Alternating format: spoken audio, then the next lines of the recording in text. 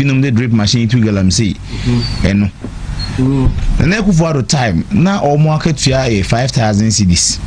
aban we say buy no an wo hwi sa akatua de ko 35,000 which is 350 million kanisika no DC busumi BSK oje no then so aban adwuma eni akatua na de say inflation aba form nti aban adwuma eni de wonye 9%. No we say baby ayi di adwaba adwuma for bi ye toy nema eno de ho de nema aba form na mo DC for ne aban mu for de we mo to mo nema no de ho nema ma form nti mo de wo se to market tu anim na aban adwuma eni de se 9% ne se wo eno yesu ye nsunwie yo ena aban dada na ekọ no wonim se according to single spine aban adwuma efo nyina asem nyina mu kita degree a e wo sam okatua nyina ye pe na enso ne bi be ka ho ama binom de do so sen bi e allowances entu fa binom akatua pay slipper allowance berebe e wo so na mo akatua no soro teacher fo ni bi enti abanada no dwen ho no sa ne de odi be ma wo mo na wo mo nso akushin wo mo eno introduce bi e friend no professional development allowance and another allowance am friend do na friend data support allowance e be kan ho enti na we ye 2,400 we ye 800 o kan bo mu a e 3,200 afi na we na aja o kan bom MBB aban tua na 3 times in fear me ensa continuous afi bia ne ba last year e ba ye afi we say na wo say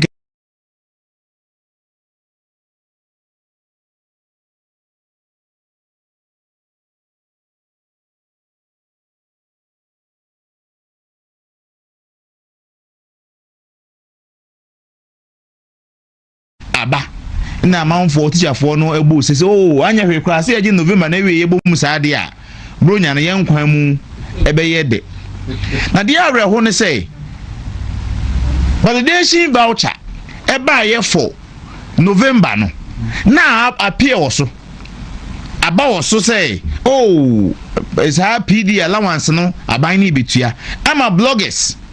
ekra som oni mendisi bloggers yi e de nam social media wa ban ni betua afede de duru say pay nankasa bae a hwebuada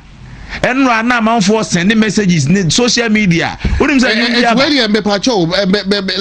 educate me kakra na che say November na e appear say omo ebetua e buy about on say omo di kan de sika ne de ma mbaje no e de best schools no ana say abanjuma ebie mu no ye validators ho eti sika wo be ba bosumen na aba no ma hwe say ni passments wo ho no mo a eduru say enra na manfo sha say some salary si bom check ya we si media my into social media nyum bi aba plans na share gu dreams ni nyina share gu no na teacher for no obi ebo say omo plans omo nyina share gu afei de na no pay na controller san issue statements my you say in December e de beba no si September e kwa ye November no say kwa December so kwa ye say eno dan chan another one we kwa de say nketwa teacher for no a ye fa omodwuma na ekufo aro time na fa omodwuma last year eno omo ba ye nkomo pam wo mo no so kai ya de ba ya omo so me validation ni ade ebi kura omo fa bi ebi num so omo aso na omo tena afie omo munya akonya tena mu no omo ya adwuma almost 1 year amponye say almost 1 year twam omo akatua ni nyamae ene mo te sa afiwe sa abosumi wi aban ne so obetua omo ka unim so omo so akatua ne ba ya bosome ba akopɛ that's a same OG na ndc betina koya so sa niema na obu ye wachira de vie say ye be ma 3 months sa peace talk na no musa de be you double k unim de ma ne ye ahomete ne ma ne ye ya ne ma me omampanyi mahama ne ndc omo ye me wanwa pa ne say 2024 mo ka kire say mahama dada no a oye mfom so 2016 ebi ni we say teacher fo bi adwuma mfie miensa na etu abosom miensa no saa ono o ya saa de ne say de onu no ho asesa a oba enti mahama hofro na eba ena ya so say nipa de nka asamo nipa nyina tu anu o manu agu usuo no enka se sanwadwen edi ka saa de na de teacher fo bi no mo kire say anya onde no nti ulusu ye nka wonya akonya na ba bie wa o se san won sa we na ma nyina clean se be ya onfum so no nsa anya biu na obi ajatum se wokoba ye de wasesa na enso so sa de kro na wasan ye biu teacher fo na ye adwuma bosomi du baako you say bosomi du baako mu na ye we ho until the last year bosomi mienu be kan ho 13 months market you na omko ye no eye 1 month epe ene bae and there's no friend is indication say ebia ye betua e de ama wo mu and then na madam fo bi kan say enche Ghana adwumayefo eni ayukra wo mbefe ekufuado because our power we say na ma adwumayefo timi binim tena afie abosumi nsia covid time teacher fo me nyene teacher fo abosumi nsia covid time enso tua onka nyina obi bia ne hono mu abadwumayefa no na ekufuado time from 2017 and 2024 oye adwuma abosumi nsia na ketua ka mu ba akokra the abro so 6 months ketua ni na beba to the last penny and so aban we say no wonwe ebra o ma on nkrofo nkwan mu ye o mode DC fo nkwan mu ye o mode nyomu nya sika abejeje amanfo gas no na ye ma wodwuma adwuma ni kom adew de ye te ho sei eno no boboba de ye te ho no asha se na ahwefo meka obi on say dwumadie ni etwagu Facebook you want to be TV live Facebook and I want to be TV live YouTube sir and some way last year NPP campaign digina yensen bi catch the Ghana for say munhwe ye na NDC abide obeba sikani ho and so obo say economy no ye inflation about single digit cedi to dollar $99 so NPP anyahwe but NPP a one year no health insurance dan say want to say yes so be clinic clear health insurance no crowd enya adwuma ho make say medical drone delivery company I from zipline yes say ka da ho say tie nie say kutu say bab 175 million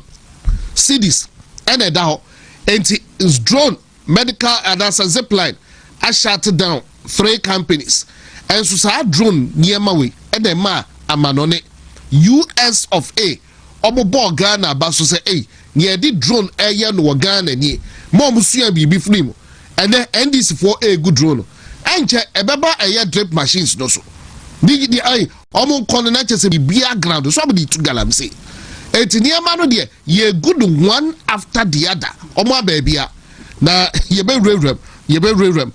member kwasi akwa abade bi obewra nkomonuma na echire bi abehwe adabates obia campaign no all that kwasi member akwa ababi ya na mina see ababi o what ya kao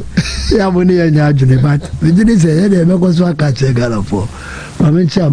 for ne afifo nyina mencha Ghana for mencha me party ma mencha me PWD singina mencha party penyin for nyina mencha obibia na no kra ni nyame no mchema untimi ma mencha no chama awon se ne ko bebia kasa kwa de kwa no bitikro wa wo ya di na bicha obia na ya ka che Ghana for se it ka bi bicha wo no montie na mrese yakoye ne mo se this year no de yenya hu ne yi o this year the proper madwaye afia ye be wura wo no so be say oni mu yes no bi abete de kakanka enti no ye de be ko so aka che Ghana for se mo mo ni na ho ba mane na ho abana mo ko fa no ba ye no de entro no be di chemu akofie nko a no be di chemu ase bo ka chemu nyina no ye nsem a wo ka che no de age botu no ba ya obetra kunya so a de o ka so obaye wonye de na obetimi aye no o ka kro obedi du batem no ase abechiwo o hwa de obepre mo so aja se eti wono no nya de oba ye so oba be bibia e de aboa na ye nuanom teacher for ye nuanom nurse for ne ade de okreni ye ne mo a o na na di nkomo e de ka chewo so ma yiwa ye mu bi peyo wa ye adwuma pie miensa ya ma oboso miensa ketua na do na kwa kofado na dauma ana oba ya obetuatua asa de we nyina amamu muka allowance no ne ade nyina no mahama te so wan fa mamo because we dey bin twa what be say be over 50% of teachers omo anto aba no oh na be wa koto omo anto aba no say na teacher po adwa NPP no ya kwa koto na say wo otifie ni etu aka abedwa onye adwuma ni etu aka onya say waja say onye adwuma ni etu aka no papa bi ba no ka say o trafie na metu aka say obubefu no eti no mejidi sesa na agro no ekoye ba nyina ye ma ye ni na woni enti asese ndc ni ade papa bia o de bre obia oni ade papa bia me so wodi opa ma no 100 years the bien we resesa entro parliament intro ele mo mukeka parliament ni na otimu se o mo ankasa budget kra o mo nkan otimu se o mo ne mo mukeka no o mo kan keke se ya beka bibi na ya yo ni akasa no ase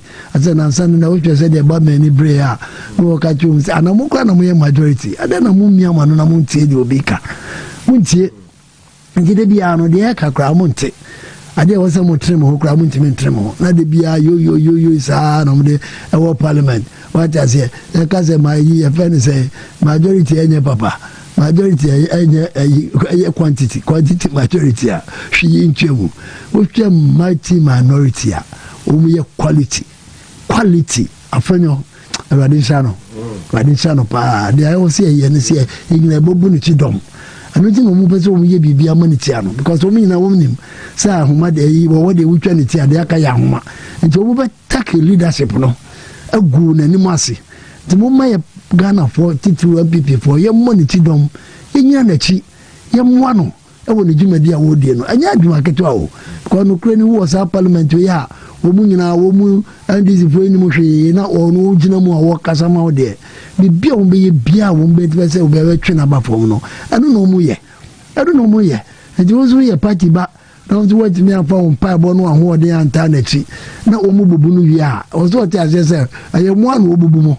ye bu foundation ni wi a no anu no da no be dwiragu nti enyina na chi afenyo awade nka ho minority members ni nyina so awade nka mo part awade nshano which means a guidance or the more which one on yasem kitwa mo part awade nka ho papa ye do ka kusia ye de bebro awade enshaw na ayi friend say Vincent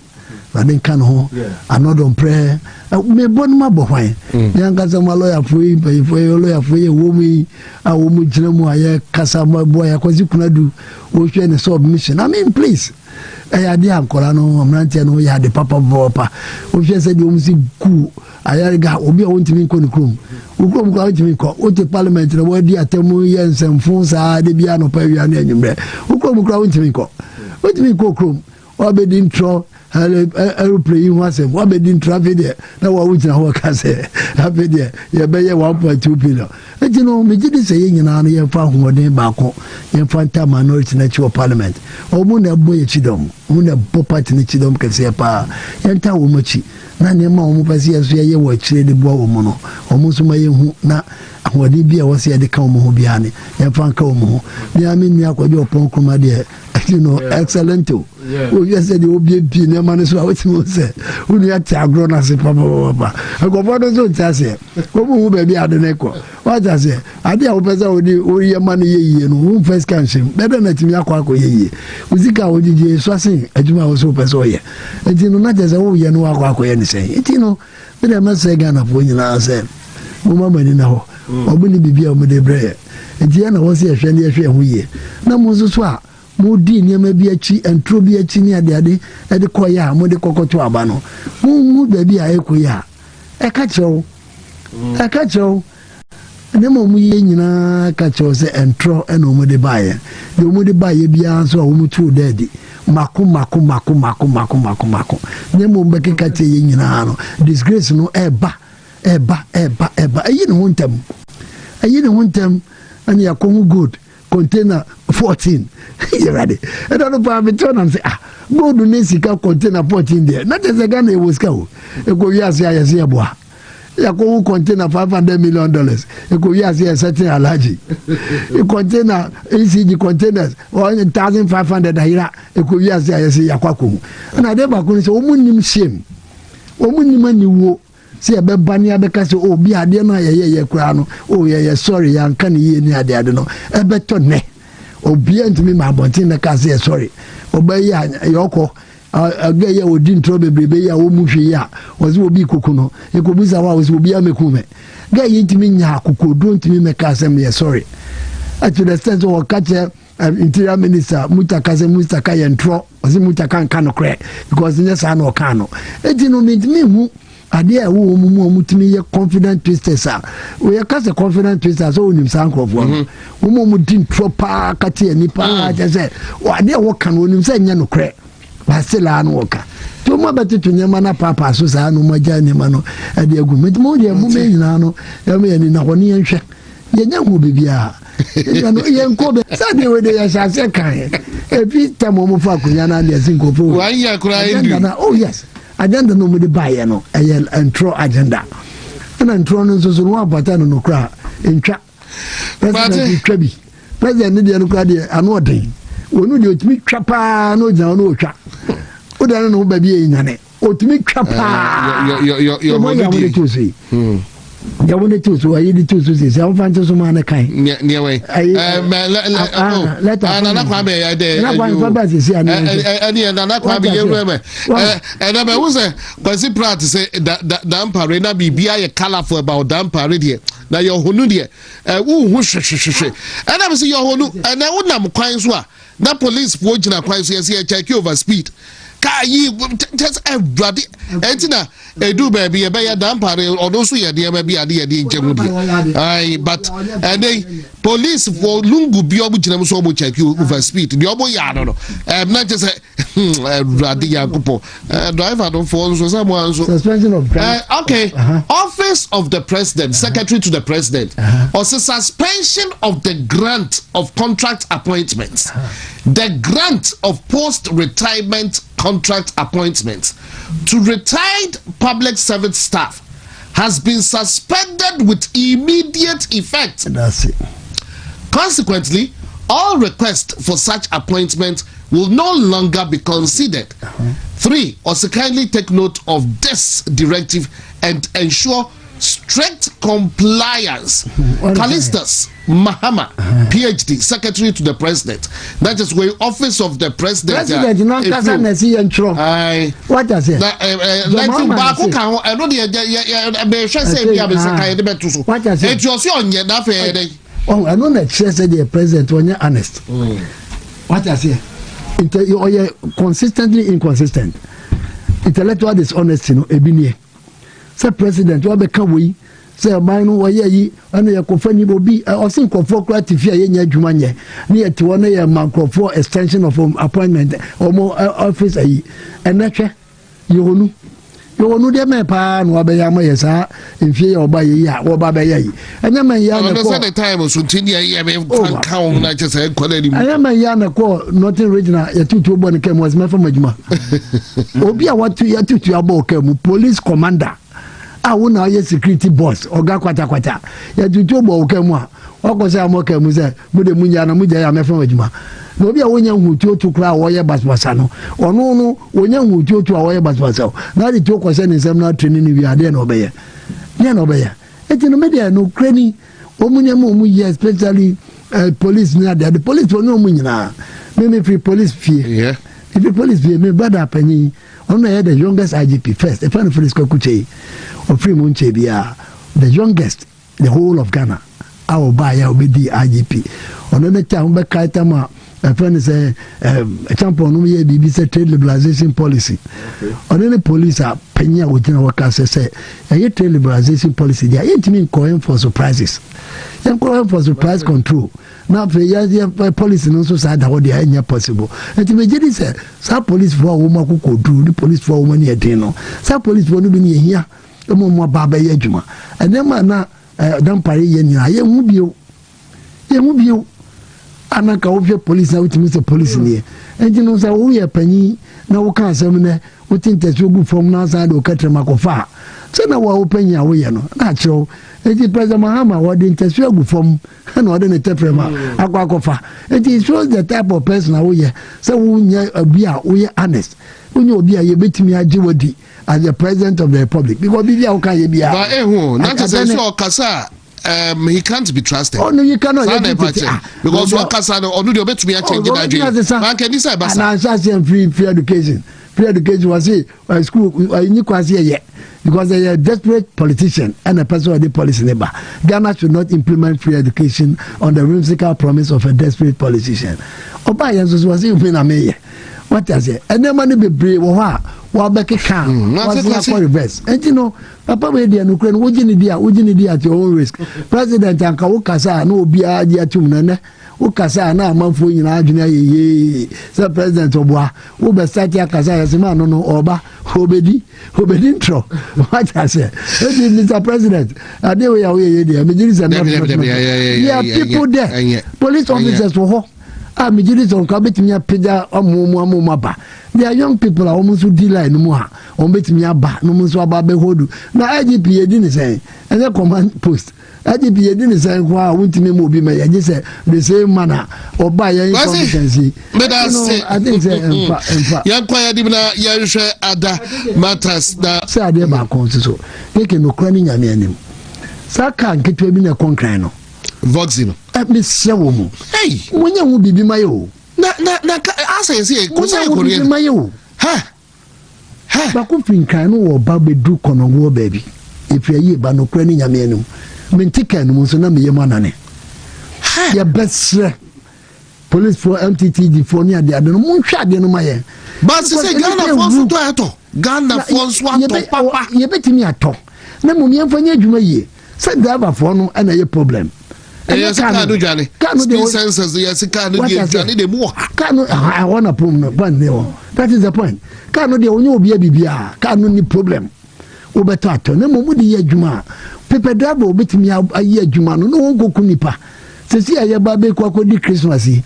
Me ji se wan hwa akazi ebeto ogunu nya asem ketwa. Eti me dem adese na me se because ma di di achi. Ma hu ze de wo mu driver se etimi fasi e faka ba mi ensa nan ho. O accident makoto bi so na say ya mo hwe wo kodu Linda do ho wo hwe de esi wo ho na wo hwe se de o mu guso wo mu ya me se driver fo no ye be se mo kwa wo hia ye na wo mu ye passengers no na passengers so mo tika mu na ko speed a won timi nka driver no kwa wo tina che won timi pa na ni so nka chen se jo to bo ase na nkra na ye ko e bi oba kana se on driver no so betie no so ya na si form which are one more 4 of them, and if I bear for us a 5 free ya. No, besides, who sent in one man who moved in Mumbede. It's really at the son of me said, because the Medina till last one. Medina said, your best friend. Pass and Yadia boy, a Dinakuponi Paumicho, or when you would turn for mine. I can't idea. In fact, not, and I mean, wouldn't I see a ma over and co.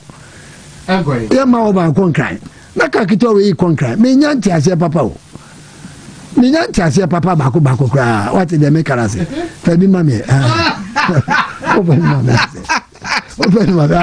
what as you know ya me so yan se wo mu na wo mu hwe se wo mu betu wo mu boase kakra dey amai MTTD for ne but somehow okay very serious because Christmas na ebe Christmas eba I and a can or yanka say obi business kanu the obi aka kanu jane dodo anya me se wo mu me se kwa agogo ni eba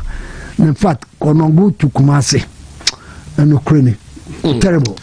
and food for thought. Man, that's a question. Yeah, to adjumadi no so a won't be TV so any na meka will say Hepasco herbal capsules. Hepasco herbal capsules. Mr. Corner copy be a china quite wine. Hepasco herbal capsules. And no kwasi broni or say detoxification. Kwasi broni can detoxification and I just say a ye udi mu fibie wo mu bia into corner copy be a china quite a bois ebo a year wo brebo that's a liver no ebo ho ban afen so no wan kasa wo no ma to say yes infections are ro kutia infections no ko na copy Hepasco herbal capsules no bi extra kwai we akola anasa wo akola unya mfie dumi no a mepacho Hepasco herbal capsules to be mano ebi enmoba akola etuanufo so ano anase akola enum nufu a onum a mennom Hepasco herbal capsules no so ebi emwa okrakra aside that no de mesro kodna kotobinum a natural herbal cleansing formula eyi niyema wo wonipadua mu ama wa ho say yes wo ho ayeden papa pharmacy bia bekombia wonsa ebeka bi herbal shop bia nso no wonsa ebeka bi tichi wo kwa Accra Casco herbal shop e wa Chibota Mount 7 wonsa ebeka edroibi sanso ena Kofrodia eye Casco herbal shop ebe Jackson Park e honso wonsa ebeka bi Cape Coast eye Salamat herbal ene research center e wo Pedu Junction kona kope bia kira kwan wo ba bia bekobia ye ton edro bia no wonsa beka Hepasco herbal capsules from Matrofo Sunabadi 055 745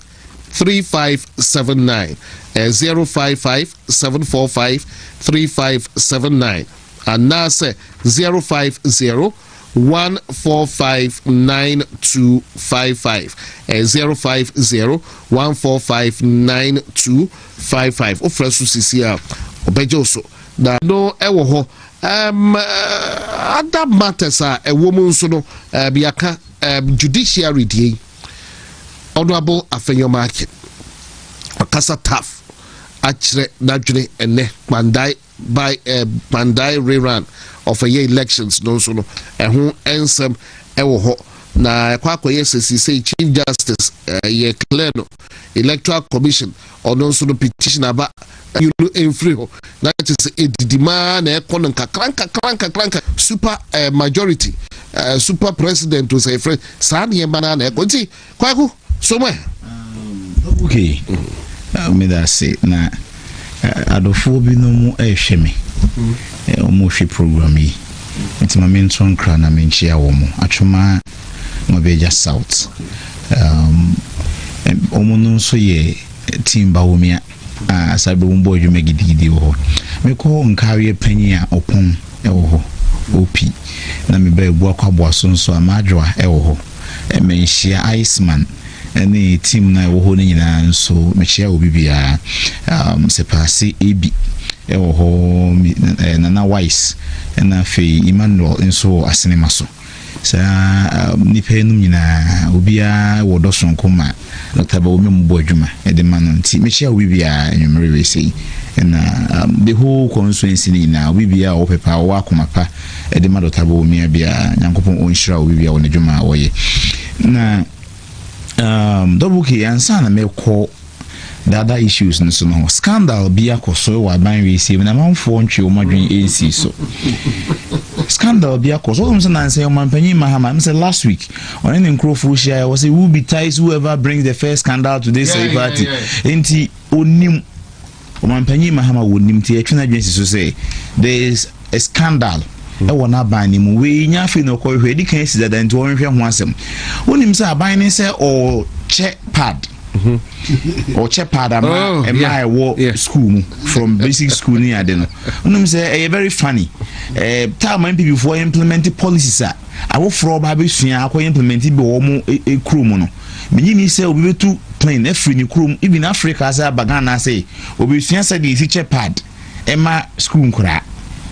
menyi ni say obi be yesa but na kufuado implement free SHS no President Kofo implement school feeding no other countries Uganda eba be sua bi na no Dr. Bawumia nimdia anas idea o de boa na Kufuado zipline ye no mba omo say omo close ni omo ntimi mfasika ntue nti zipline for close omo locations ni bi no onim say a whole US I will be say the major the bigger countries superpowers na US one omo no ko election no na a vice president of US cited the zipline drone medical drone delivery system no the campaign we any policy meaningful policy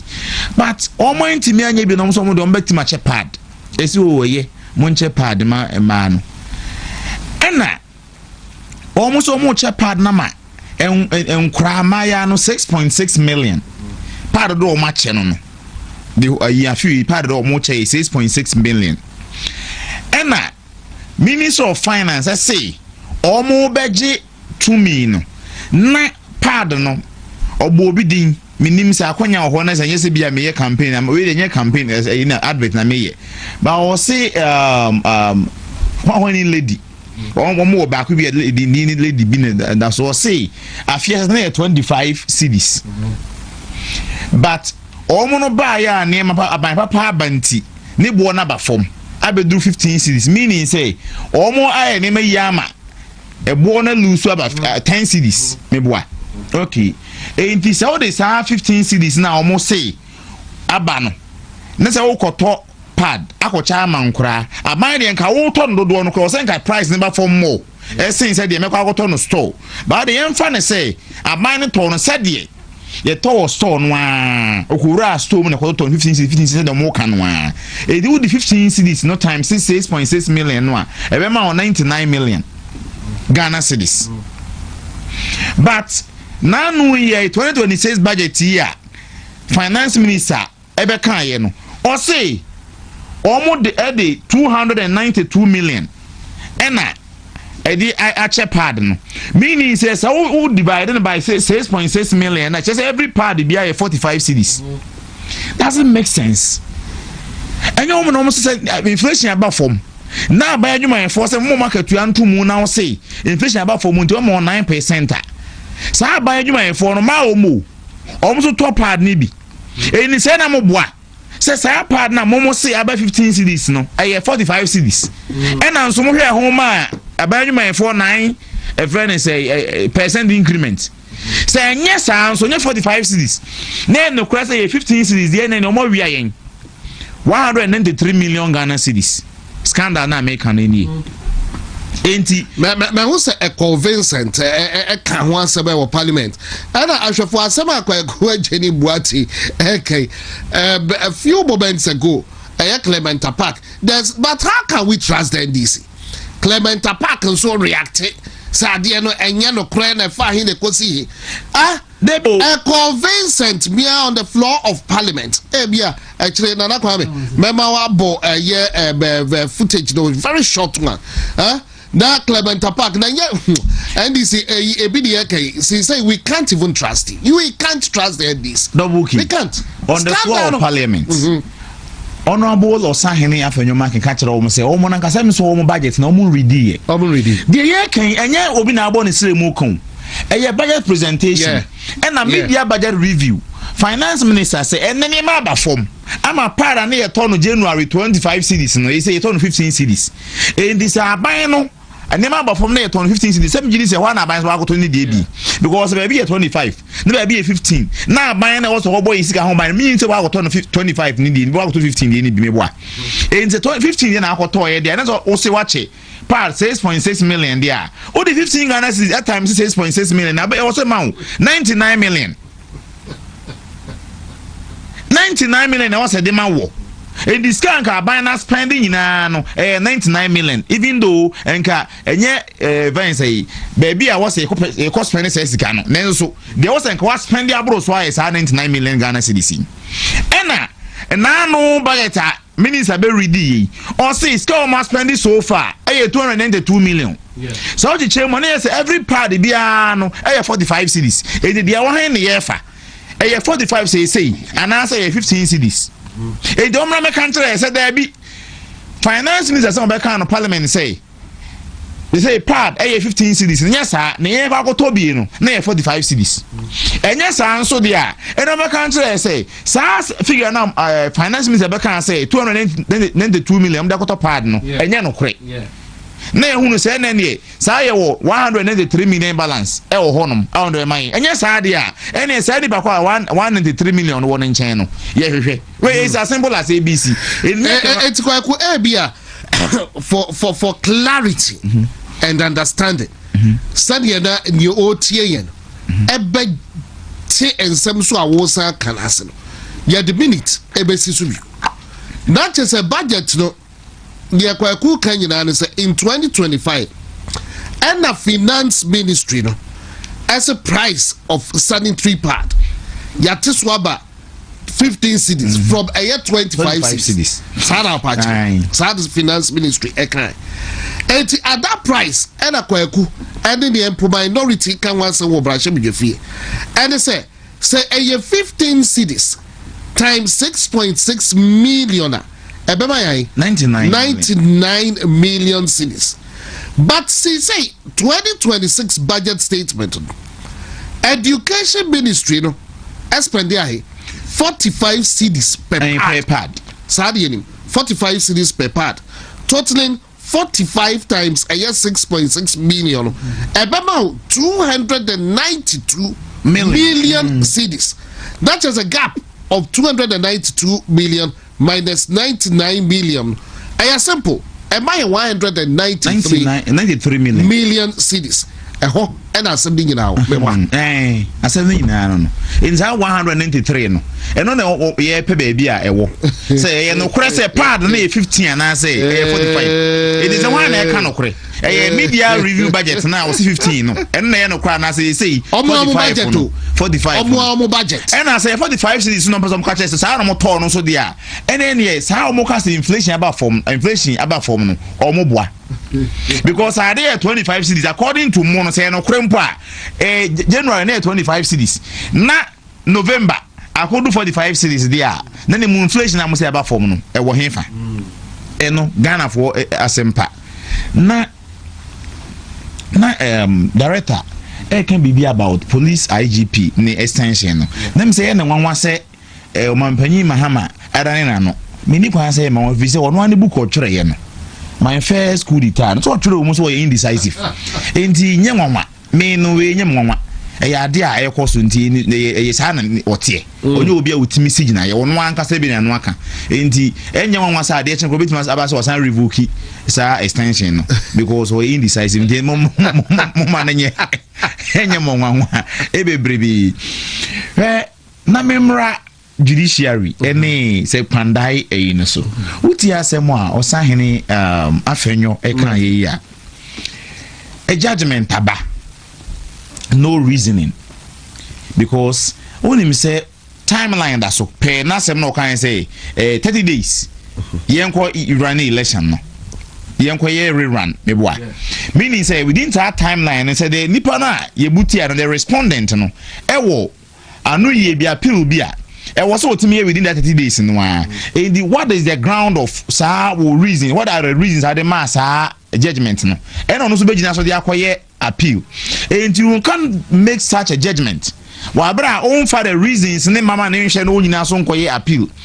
and what the buy no are you trying to hide the reason onye nyina so bi van koye appeal enti asa wasem na waka no no onye ntum no is that the motive and I know say adwen po a etechira na hwe media de bia me kasa ase mu yi say me pese the judiciary ne begina eye me dai so ne me mpa ebo say enua nyina betutu a enka be se de atwifo ka no be no ene the judiciary enka judiciary no nko anyina content cross de na tie dada no nyina no pepepe say the na ekufu ado time no na tie the na ekufu ado time na judiciary ntimi hwe na ekufu ado aban nim de attorney general na ekufu ado attorney general enim e kan che ne say atoforsen ana de so bo abono aban ne nso say wodi dwirim o man ne dwirim no oni for onfa no nkodi ensi wo sa na do time no chesiye enti na me hwe ani mu say sa judiciary ne nya akoduro sa na ye na dwuma no enkentena ho sa na ekufu ado anka na ba bia ada from 2012 to 2016 you him say asama de kokko na ewumu adanse ewumu gidie na Supreme Court edit ayen na the chairman of the panel no that time the judgment was trying to say judiciary everywhere strive to or say they are not quick to dismiss elections or overturn election results, but they strive to protect it. And one judgment me say there are some court far about to Supreme Court nimpre ne ho emontum ne mum omo bom modin bia say omo protect it. The word I say reasons wo mo say evidence wo mo kura omo do me bo ho modin say omo maintain results no. That was the judgment 2013. Yet na Akufo do pia bonten no say emfa ho ne asem ne da nyame nanso sabaye na o man so nwie ne se court no me ho na mai madwuma da bia nti pese megu court no ho fi meti ase ya ntwea no ansi court no ho anhu fi da ya no tudin. But 2021 ebra and this for the same court anya wonde no eno mo say two court ni di no mu court ni hu fi gu court na ni mu ase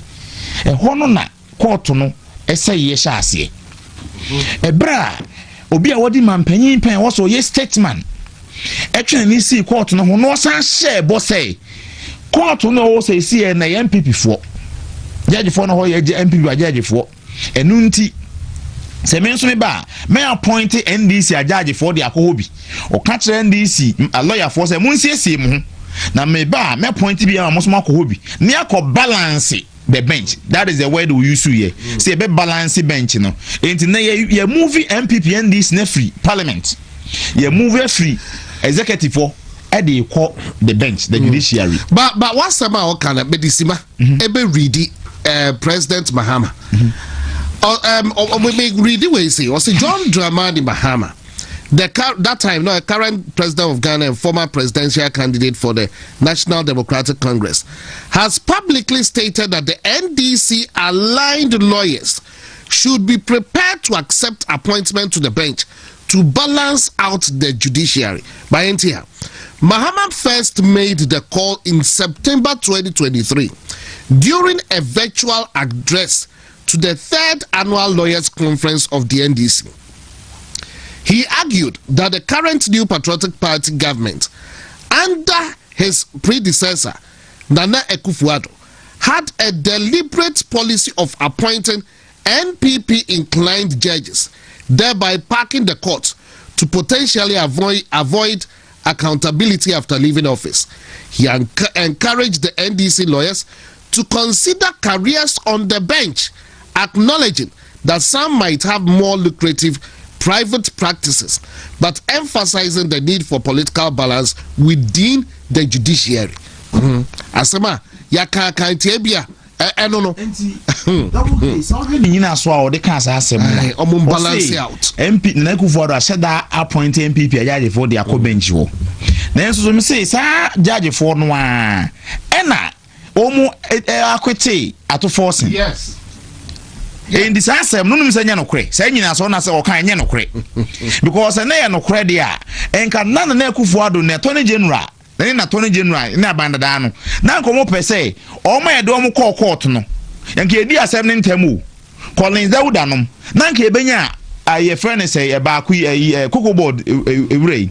opuni no ma case no ebenya na nka edi ni ntemu pa o if you say even aye mramu na say justice delayed is justice denied e na nka aban ne benya na nka edi 710 mama ne wo say ye twena so na nka atwena so but sa judiciary kro no ana na ye say MPP fo no so no MPP fo ampa enko bo ama aban timi di sansem ne ntem.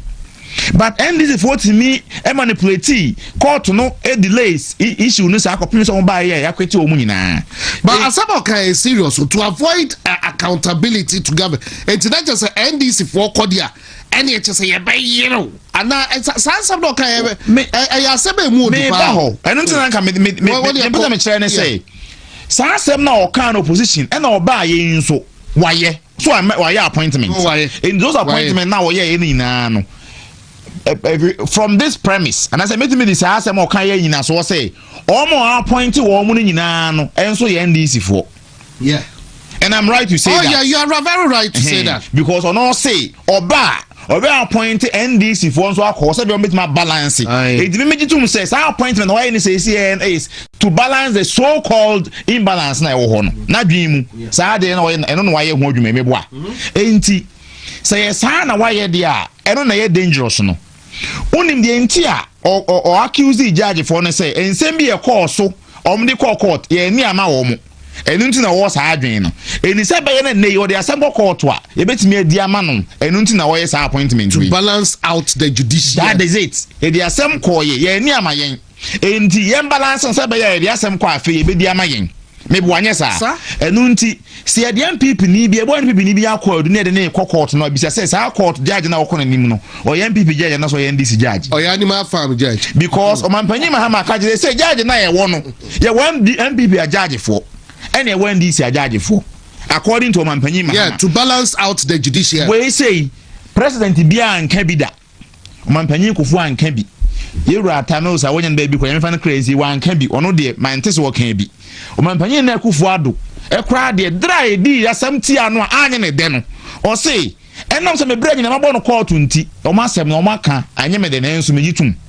But you know panyin mahama so no de you say court no obeye no MPP NDC parliament de TNPP and into no appoint NDC judge for ko e no person na say mbia so be court bia na edi ma no and say watch no do court e be ko NDC judge ani ma na de ko MPP judge ani e ya say mbisa enti enye nwa say judge bitimi hwe nipa enim Ghana ha according to article 17 say all persons shall be equal before the law. Then so judge timi hwe ni pa nim Ghana ni anim citizen Ghana ni ba na se Ghana man ba anim ka kire ne say ni pa nyina ye pede. Then so be ye person bi in the nam sa anti wo me de wo kwa remand. Or all the necessary factors and elements you can say reasons are the remanding in ato twene. Not just because of say we nye pe we position ni de on nya ase position ni enti ko remind what I say asem na de to so say no kra na say nya no kre eno ne de wo ne sesi enti anda ba me asem adwe ho a hwe say omo wo private ayi kra na omo be wo more lucrative private practices, but he emphasized the need for political balance within the judiciary. Political balance within judiciary. MPP judge bako, NDC bako, MPP judge bienu, NDC diensu bienu, miensa, that is a balance. Now court here MPP NDC sabo. That is the situation today. Another pandai dia na me say that is the situation today. And unti say the quest be court na ye the MPP ni akogina court ni ebu asem na wie na wo kan na hu asem we die what do you to say be common sense on cry it doesn't make sense umbrella bone na wadwen say any be say judge no e be say o mampanyi mahama de ni bia we NDC for de ni utime dwen sa to be dwen you are from right me say we the one corner the can be sir. Sa judge na de me ko nanim no eye o mampanyi mahama NDC a judge for no council be point ni bia na your day balance judiciary ni bia na and a judgment no so ban so no wage no ahwe na ene wadwen so nkwa no we die e be say o say bi na fe your market e kan say wo hwe ruling e ba ye na it's when they be ana that is you know I say I don't know but they fa ko guna be ko city I say no and am di kan say menya ho na nka se han komo we si nka ye ni na so nam so mampanyi mahama na trimopo ne de ndis vom trimopo ni nti obi a embrace ne ho nti mesre party fo no a me di be manu si wo we say ho mesre party fo no a se NDC attorney general wo ye NDC ni politician ono MPP onhu ade pa bia nso MPP mu ebebo MPP ni kwadu se na nekufo ado aban wo ma we say appointment say ni ba ko this hard dream we say no okukuru charge kakraka de ato MPP ni so na MPP ni because of internal politics inti na o crucify ni pa no knowing very well say and some of my can fire ho pain between 2009 and 2017 ao mo aban mu no enye bi nie but then they ko see ye na ye twesa nse say ye be kan bom na ya boyen ho chidom if the baby e wo say ni papa if the court no o mampanyi mahama so odan na MPP ni NDC enti wo hwa ni wa me de court so wo abo unua so ato unua so na ko gina sa politicized court we anim na yakoye no de any kwan say ye no na what chen abo nsem because of say internal election e course nti e besre sa nkomodie ni sa na na ye no ye hwe yi na and this word does not mean well and then this ni bia no a mejitum se me o kan krema me nti ani je kan je nti me kan asem ma me nyi ntum se me de koya asem na me ko kumi nua na se me ko bo me nua asenuam da bi nti yenhwe ni ye say ade be firi o mo nchan ba bia no persecution not prosecution mate be da se kwaku aha wuntumi TV so be kai o se djubade nyina twegu on Facebook Facebook wuntumi TV live on Facebook wuntumi TV live on YouTube et you person call now drop a comment no wuntumi TV live ya for live no kan wuntumi TV live Facebook and I want to be TV live and YouTube enti ene afanyo marking video ade e boy kire no say ne si say the judge for no mba chase abomodia chichi MPP for nyina akogum e watermale because ono no de obeka na dwen na judge no pandai ruling no de by run of elections senior judge no esika asem no waka edinity ahye baabi eti we de miansu ye bisa say President Mahama in 2023 okay bi na chese nsem o ka kire NDC lawyers no so mo enko judiciary or form private to balance the judiciary no and pandai where the misrena maybe so no balancing the judiciary judge for ibi and that's yeah got that yeah quasi yeah balancing judiciary now say lawyer for be catch him say register be no ha hey actually not baby omo perceive say or MPP dey no hear adwuma yes say bolle so omo say register abo adwuma che abo hu say oh that actually say omo area reset but that's it but me did say ade bi e was Ghana for nyina no e mo ye ni ko attitude pa no e former chief justices are almost appeals court judges are almost a lawyer for paying for almost any judge for Ghana nyina paying for almost nyina omunu nyina no omu Ghana ha omu pe Ghana ho adwempa no but say sata mi ne say omu kasa na judge for omu tia konya so kra no a omu susu se nema bi nkoye no e be say omu sha se nkasa because any much ya enya dia obi abefa ne ho adi o ya de obi abefa ne ho adi anoko ni nyame ani mane ya yewo Ghana ha wo ka asofo asem a ani asori asem a amafo anyi wo muni o ba nkramofo ni imamfo asem a amafo anyi wo muni udu parliament ne executive no ni ade dia abobo obuka bibia obi antie wo mo ade ba ko aka ya hemfo no so amafo anyi ni ade ba ko aka ene se yenya asem a ba bia be ko akodwane ato ano eye ba ko pe eno ne court ntini ye ba court ni aba be pe judgment a na judgment ye be nya nso so no eye de achiachia no bia ye ko ya na se bai because election petition say Nana Akufo-Addo Kobi yes President Mahama exactly and so said ye tie bia do bia fa pepepe na nti BBC na ene yan fan say people say election ya baka say oh emuda aye beko and be you go wondering say you balance the judiciary judgment one say emoye ya nyani cause one ye ni say bedroom e bi no amafo nyi court system ni nti na beko akoye say obia de tumi ne bese ne sem say me dey asem beko police station pa na akwa na ye ja ne de munya ne kwan eno na this punishment bi a eba utimi hu say unlawful punishment and I say nkofo be unlawful acts dey tete akofo bi no me kai pa say wo be hwe bridge yi railway lines here wo keti ahoyi na papa bi teacher ni bi a so wako wapo adwuma wo kofie konfo and I'm see any system no ntino hwe say papa yi bro no cool no for no reason enti no me gidi say ade wo say Ghana for no ohun bi ade na na si for me panyifo no so kasa ajaje po a modwene se bi a mo amone mo antino mo de bibia ntime mo no mo mi anhwe ne maye ya hwe ne ya e de asem bebre da ache statement we in fact me nya lawyer ni but me ntase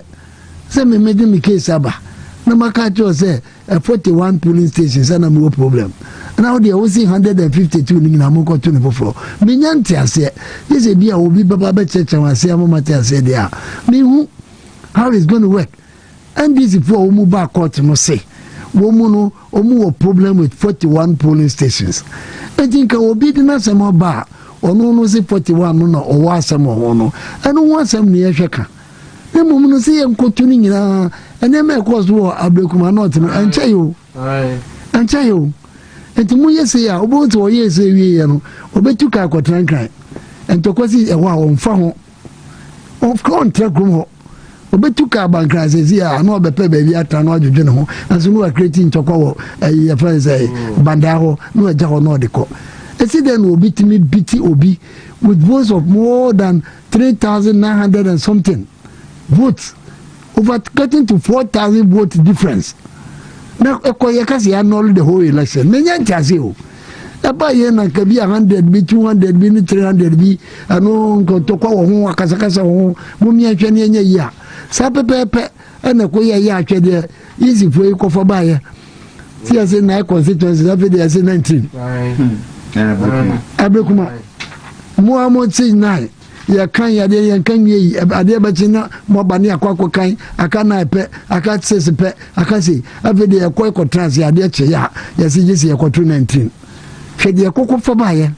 yanka na Onyankopon fa kwa mu a eka biche kura bokuri ene wakotra bandai tamale ho akotra ho kwa masa judgment ya obi antiase me just chief justice kwa wantiase ade be say chief justice say eno kura ni nyame no de yenim say de oka ye say obi kodi 30 years of eba no tiase nti oga no aba be kuno ye be say chief justice we dey man en fa bibia anko ho yes no o man ani nkosa particular case because a political issue na political issues so no o be kasa ade no bandai na asi o wa gya na atene sa na bia ba be pie kuma siase ya wo enti media de say na me de be say but kwesi President Mahama with all the experience no just why your politics ache onu e fe ba say bi obi ti o man mu no feel say injustice e wo man ma oni ma hu nsusu aspada so onu bia wo no na me dwene hu a me ade e koso nyina fe ba no nti onu what is wakasa. But every student will be on in politics crowd him say if there is injustice no be feeling say there be a theater the farm with you and you maybe to be a small boy but I am be see doso we want to into your be nice so we hear the con there no it was another be our show it me dey make kana makazi so ajaji fo amuni mu de aloya fo amuni mu de mo sorry na mo kasem se mo hono amanfo de ho adane playing ground omu di judicial na ye praying ground a obia de ye ne nema bia ope ya moye ni amre ni anka ho asem a edin sambe bre dache me de maka asem we mekoso aka e mu bi de ye ni anwode ani nkofo beko ne mu no omu mpese omu ye basbasa na ebi tigana hawo and the absence of peace no doesn't mean say asumje wo nte say basbasa bi antimi nkoso ba bia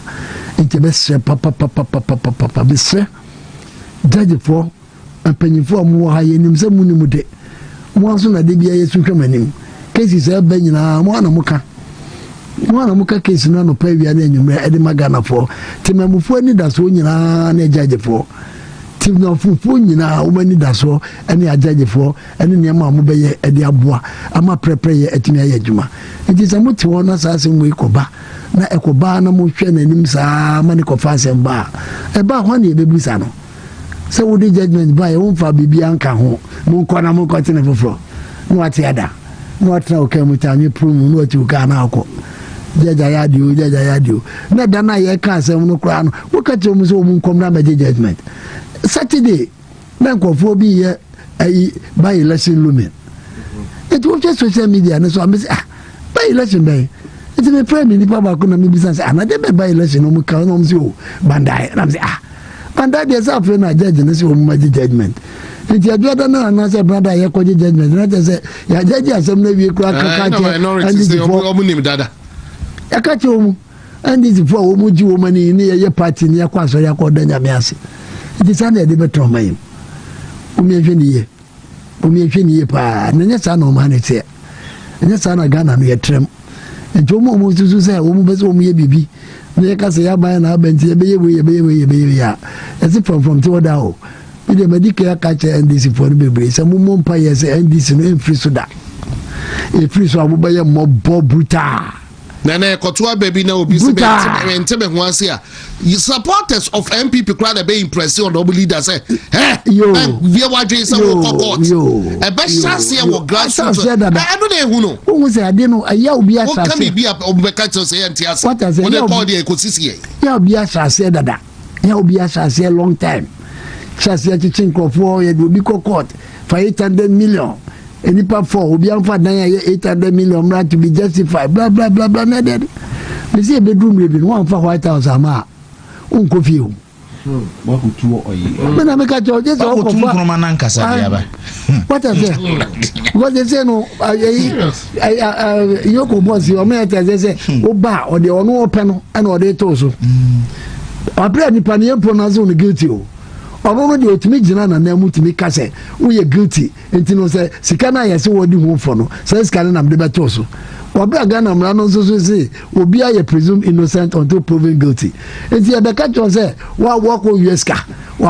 ka wabɔ aban ka 100 billion nti no na wɔde 100 billion ato ne so sɛ yɛbɛyi hwɛm na n'asɛm wɔdɛ n'asɛm nyɛ dɛ as long as ayi ni abɛka sɛ 100 billion nti no wɔn nso so ɛwɔ sɛ wɔn sika yɛde bɛtoo so yɛ 100 billion na saa na mmara no yɛ adwuma saa na mmara no teɛ ɛnna mo yɛ nyinaa so yɛ kɔ sua mmara no bi o because wɔfɔ bi de mmara no nwurawura yi o mo mi atwa nneɛma yie ne de adeɛ a metumi aka kyerɛ ho na gyagyefoɔ ne mpanyinfoɔ a wɔwɔ mu okurum ha yɛ nananom ne asɔfoɔ yɛ ɛbɛtɔ ne asɔfoɔ nkasa imamfoɔ nkasa civil service CSO sasɛyɛfoɔ yi civil society organization wɔn nkasa wɔn si wɔn yɛ think tanks obi ankasa ɛna agye adeɛ no agum saa na adeɛ no kɔ na biribiara no sɛ wɔhwɛ sɛ nneɛma wɔ yi ba na wɔntumi amie wa no aka ho asɛm a ebi bɔba bɛtɔ so ɛso o ɛno ti wohwɛ Idi Amin Dada edumire bi ne wɔka asɛm bi ɔyɛ nkɔfoɔ nneɛma basa a obi yɛ a yɛsɛ wakɔyɛ wei ne akye no ne akɔku no ne obi yɛ ne akɔkye no ne abo no ɔpanyin bi sɔre kan sɛ mo mpanyinfoɔ no mo nsɔre na mo nkasa wɔahwɛ bɛba so wɔsi he is fixing a report on people that they are dying from car accident. If you don't talk, a time will come they will face a report on you that you died from heart attack. Who the end say heart attack? Enti yakukwa yesi yamfa me ho yakwazi kyenti ɛyɛ ho anwa ne nti yamfa yɛ ho no betimi aka to sɛ enkyɛ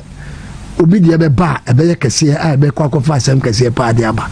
enti no magyaje fo ne ma lawyer fo ne ni CSO si ana mo kasa bebrebe yi mo hwɛ na mo kasa mu na nneɛma no nyɛ dɛ ɛntɔbɔkɔ yɛbi okay mami travel ho na fe me brother me obi has said me test me without a name and I find it laughable. Also, Mr. Journalist, are you saying that the president should intervene or interfere with the decision of the judge or the courts? No. What dangerous invitation are you making to the president? Nobody says the president or intervene. No. And yeah, the president or homo biao. And I never be a bar. I was one who did who was an year who. Because I never been in a bobo and I never better. It in one train you may ye. Obi anka won koka so judge no judge o ye no ana se yes an obi aka yes no ma bia misunderstand obi a ade aye ka ni nyina ne se wo ye president na ti wo mamu na ne ma ekoso na de wo hawo ba ni nyina wani mo de jane da so won hwe ye no anka ho asem ha egugugugu a won kasa na ase na ba begu ena wo so te ase se won so no anya de a wo be transfer akosi se bi ase be say Rollins wo kɔ Atamase kɔ Kwame Nkrumah kɔ apanyifo ne bebre awu kɔ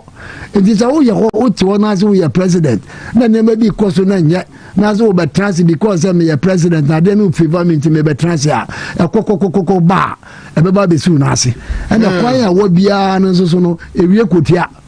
ɛkwan tenten biara mfa ho sɛ deɛ wofiri Iceland koraa na ɛba bɛwie Kumasi kotua nti ɛbɛsɛ no ma wo mu ma agye bia ma mu ntwetwe nneɛma bi mu saa na mmom no woyɛ president a ɛnyɛ deɛ wɔ sɛ woba abɔnten koraa bɛkasa na mmom sɛ deɛ wotumi ne agyagyefoɔ kɔtena ase wotumi ne nkɔfoɔ kɔtena ase na wokɔka kyerɛ mu sɛ bi a sɛsɛsɛ a ɛwɔ sɛ wotumi frɛ wɔ mu na woka kyerɛ mu sɛ me nuanom baabi a nneɛma no keka kɔ no ɛde na ɛtwa sabɔne bi ɛde ama ɔman no ɛnti wɔn yɛnhwɛ ne yɛntenetene no ɛnyɛ abɔnten na abɛba abɛka na mmom frɛ wɔ mu sɛdeɛ wotumi frɛ wɔ mu ka sɛ yɛbaa bɛte private court bi ama court no abɛyɛ hwehwɛmu ntɛntɛm ɛne adeade no ɛkwan a wofa so frɛ wɔ mu no frɛ wɔ mu na ne wɔ mu nkasa na wɔ mu nso nyɛ nneɛma tenten obia ni hɔ ma me repeat wei obia ni hɔ a wɔka sɛ obi yɛ mfonso a yɛnya ne ma ne nkɔ bibia ni hɔ saa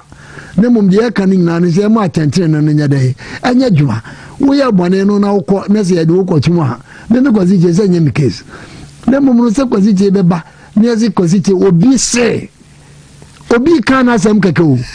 obi say wɔyɛ say enti no ne yɛ titu sɛ woyɛ criminal no ɛhɔ ɛna problem ne wɔ enti wo wanka bibia no a ɔkyena no wo no ɛbɛba so ɛbɛba wo so sa na sɛ yɛte krom ha no yɛ sɛ police for akɔkye journalist be detaining no for about over 48 hours na or the AI akọ doctor and nurse footage bi number 12 deɛ no na afei yɛ ka nsɛmtwerɛni mmerɛ afini deɛ dansa yɛ nkyɛn koraa Samuel last week koraa na afei ɛbɛn mu a yɛ kaa ne hyɛm for well over 48 afei bɛhwɛ nsɛmtwerɛfoɔ ɛwɔ kurom market na na ɛsi sɛ police for obi ayɛ false publication a momma nipa na yɛyɛ tia no ɛnkɔ court no nkosi wɛ na the police for mo ɛna mo kɔkye obi for false publication ɛna sɛ ɛbobɔ ba Kennedy bɛsi obi abɛgye ne blood fool afei deɛ ba nsɛmtwerɛfoɔ tie mu na nkakrakra ɛbɔ nsɛmtwerɛfoɔ no a mo ankasa nso na mo wɔ mu a na tem biara no bebree bi a no mu tete baabi a no mu kasa tia nneɛma no wɔn sɛ na wɔn ayɛ kom ɛbɛba wɔn so ɛbɛba wode a wotu a wotu ɛmfa yo na sɛ wo kasa no adeɛ ne ɛbɛne sɛ adeɛ no so agya yoko boss wɔ yɛ to be sɛ adeɛ no yɛ justify oh yes woyɛ justify na ɛbɛba bɛsiw so next time no bia na asɛm no kora mfa ho na wo ho mframa bi afa hɔ ne afrɛ wo nti wo so wokɔsɛ hɔ bɛɛ 3-4 days anaa abosome baako na wompie yɛ a ɛhɔ na wobɛmu sɛ mmara no nyɛ saa ne ɛde yɛ adwuma ɛnti medeɛ maka mɛsɛ ka si so sɛ yɛma mmara no nyɛ adwuma Ghana ha o because yɛnim sɛ mmara ne ɛde yɛ adwuma the rule of law ɛnyɛ basabasa ne yɛde yɛ adwuma mmara no yɛde yɛ adwuma sɛ mmara ne yɛde yɛ adwuma deɛ a ne yɛbɛsrɛ mmaranimfoɔ no sɛ moma mmara no nyɛ adwuma woyɛ judge woyɛ lawyer woyɛ wei na adeɛ wo se adeɛ no atɔ ɔlae so a ka ɛhu sɛ nkyɛ koraa ɛla ne bɛse sa mate wie no ma menka biribi kakra bi mfa Dr. Mahmoud Bawumia ho na nka ɛnɛ ɛyɛ baby de fire na yɛsɛ ɛbɛ addressing external na NDC for mu propaganda ne ɛbɛtwa manfoɔ adwene si nneɛma yɛn kɔ so a ɔmo onye ne yie no so ntiye then so memfa sima kakra yɛ na menka biribi mfa Dr. Bawumia campaign ho I'm say there is a conversation bi me monitor me constituency platform about Dr. Bawumia and 10 appointment promise no and amount for the propaganda na e be 10 appointment no awunya bi and na say ni ade na do say na be obi si on the delegates nyina adwuma na menkyere mu Dr. Bawumia and 10 appointment proposal no it is to give the delegates na work constituency for no ebe mo music ebe mo adwuma enu nti na ode ba kyerɛ sɛ so obi e CEO for instance obi ye why CEO adwuma bebrebe ɛwɔ hɔ obi e bi anabmo director general na adwuma bebrebe ɛwɔ mu enti ɔno na ɛfa sɛ adwuma no enti last aban no ebit ma ba sɛ constituency wɔ hɔ no ma yɛ kyɛ CEOs na ɔmo anya bi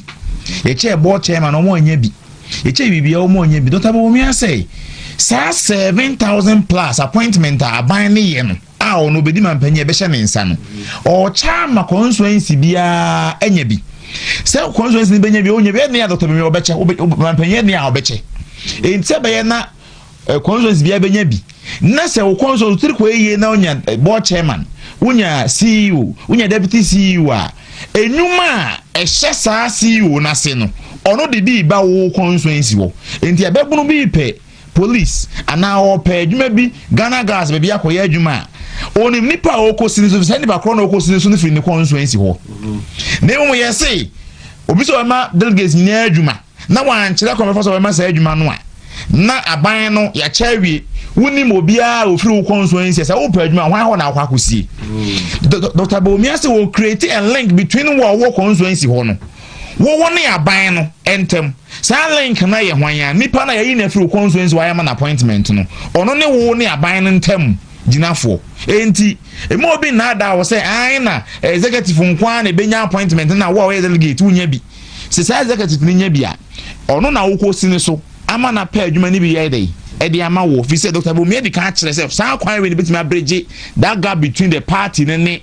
for ntem eno na nchen ya doctor say nipa nyina de mo penyepe medmanu sin nipa nyina de mo pe enyepe obi ahia de different enti create a data ye compile data kodo mensa watchma jankoba ono ope police ya mansa e peje trade bidwa enti sa ban ne won kran ne se ba se ye fa police na se ye fa nipa ko Ghana gas na se MP be bibia no a ye hwa oh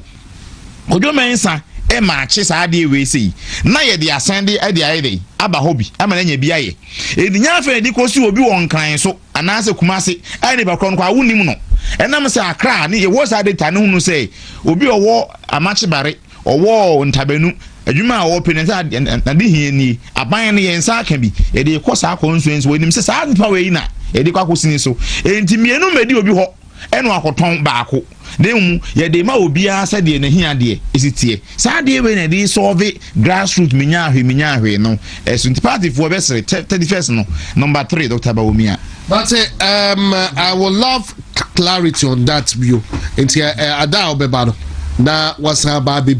for better understanding. Why? By time runti nanka kwasi me dey bibi kakra bi na me ka chemo Ghana po na mu drones no ya twam drones nya adwuma bi o Ghana enti so woti anye yie na ko da kura bi ase na wo kawa o la ase aro no enti me so mo kwa yim ho ne de ala mo won kura na se ne de mo mpaye pa go no kura ne nyame no mo hwe sa scope here the whole of water region out the whole of Sefi out the whole of Ashanti East near they out drones here e ba e di no e ko ba bi bebre se bia abi so se e di bejari ya di betwema ane so ya djuma de boa ana wo ko ba bia e fa ne se health centers near they won cross nyina no a o mu si eboa wo mu adi ne ba utimu so obi ani age ya kofa moja no ya kofa dro ya kofa wei ya chairman ba kwa no odomo so se time drones abank wangu chairman salifu aka wangu what as a worker na omudi ndu agogo na chese wa film enti no se drones wo moba na omu so omu ntu omu ka wodu omu ka be 170 million na sika mo de mo mu ye 20 million na omu so omu park ya wo mu ko Ghana for mu hwe no no wanka Vanya no wanka wo ba no apane chese wo misro adro ni nyama enti no man kam sese what as it atatu mi no so bad ya dia ya reho atatu mi no so mo ge say the teacher for so ya dada mu a na ya de bia reho sese ade wo mu a wo mu ka che mu nya se musika no de ma me fa akonya we so na me se wo mu a teacher for no ma mo promise no say busumi ye betua mo ka no say ese ma mo koda ka no because kana ma